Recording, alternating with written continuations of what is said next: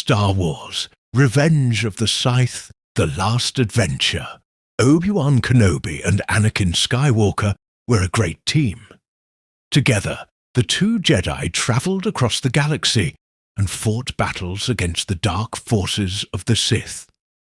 Their newest mission was to rescue Chancellor Palpatine, an important leader who had been kidnapped by Count Dooku and his cyborg henchman, General Grievous. Republic pilots fired on the evil general's battleship, giving Obi-Wan and Anakin the chance to sneak on board. The two friends fought their way to the heart of the general's ship and found the Chancellor in a large room all by himself. Or so the Jedi thought. Count Dooku, Palpatine said, looking behind Obi-Wan and Anakin. The friends turned around to see their nemesis, the Sith Lord Count Dooku, waiting for them. "Get help.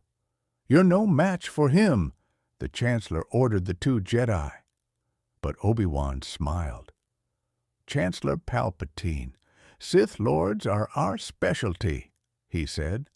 "You won't get away this time, Dooku," Obi-Wan said. But the Count didn't say anything. He just drew his lightsaber. The two Jedi lunged to attack the Sith Lord. "I've been looking forward to this," Count Dooku said, as Obi-Wan's and Anakin's blue lightsabers clashed against his threatening red blade. "My powers have doubled since the last time we met, Count," Anakin said, clenching his fist. "Good. Twice the pride. Double the fall, Count Dooku." Anakin tried to surprise the Count from behind, but Dooku was expecting a trick. Count Dooku kicked Anakin and knocked him to the ground. Anakin watched in shock as Dooku used the Force to choke Obi-Wan and throw the Jedi Master to the ground as well. Obi-Wan didn't move. Anakin cried out in anger. He ran at the Count and fought as he had never fought before. Dooku was no match for Anakin's fury. Using the Count's own lightsaber, the young Jedi soon defeated the evil Sith Lord. Anakin rushed to Obi-Wan, who was still unconscious on the floor. "Leave him," the freed Chancellor said, "or we'll never make it." But Anakin would never leave his friend behind. He picked up Obi-Wan and carried him across his back. As the ship rocked from an explosion, Anakin led the Chancellor to the elevators. It was time to finish the mission and escape General Grievous's ship before it was destroyed.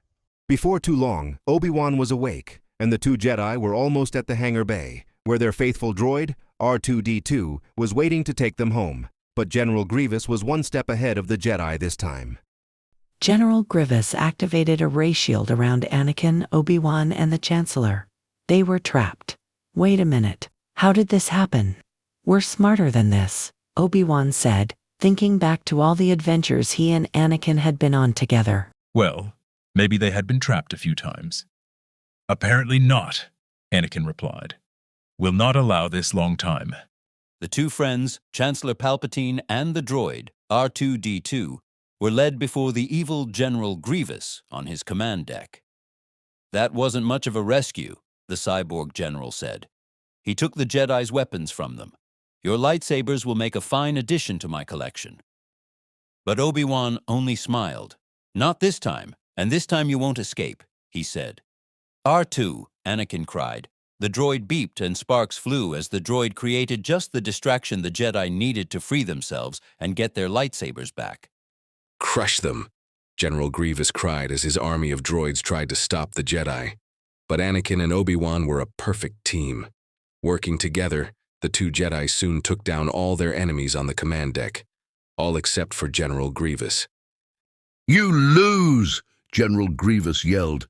He threw a staff into the front window of the command deck. The window shattered, and Anakin and Obi-Wan rushed to grab onto something before they were sucked into space. They could only watch as General Grievous leapt out the window. The general used his cyborg abilities to walk around the outside of the ship and into an escape pod. By the time the force fields came on, he was long gone. Suddenly, there was a great explosion. The Chancellor almost fell over as Obi-Wan and Anakin looked at each other. They had taken too long. The ship was going to fall apart. Anakin looked at the control panel. All the escape pods had been launched. They were stuck. Can you fly a cruiser like this? Obi-Shaw asked. Anakin, strap yourselves in, Anakin said as he took control of the ship. He didn't know if he could fly such a big ship, but he knew he had to try. Suddenly, there was a great explosion.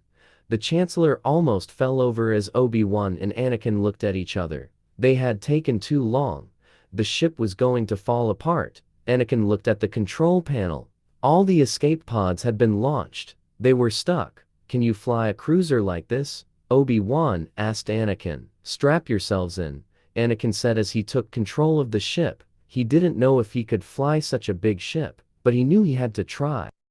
Anakin knew he was going to have to land the ship on the planet's surface, but as it got closer and closer to the planet's atmosphere, it began to break apart. R2-D2 beeped in alarm as the entire ship split in two. "We lost something," Anakin told Obi-Wan. "Not to worry. We are still flying half a ship," Obi-Wan replied. Obi-Wan was right to trust his friend. The ship soon reached the planet's atmosphere, and Anakin maneuvered the broken vessel to hit the landing strip just right. With a crash, the ship hit the ground and slid to a stop. They were safe. "Another happy landing," Obi-Wan said with a smile. With the Chancellor safe, Obi-Wan and Anakin had successfully completed another mission. Now it was time to get back to the Jedi Temple. Obi-Wan was sure there was already another mission waiting for them, but he also knew that together he and Anakin would be ready for anything. Dear friends, thank you for watching. Subscribe to my channel to get more stories.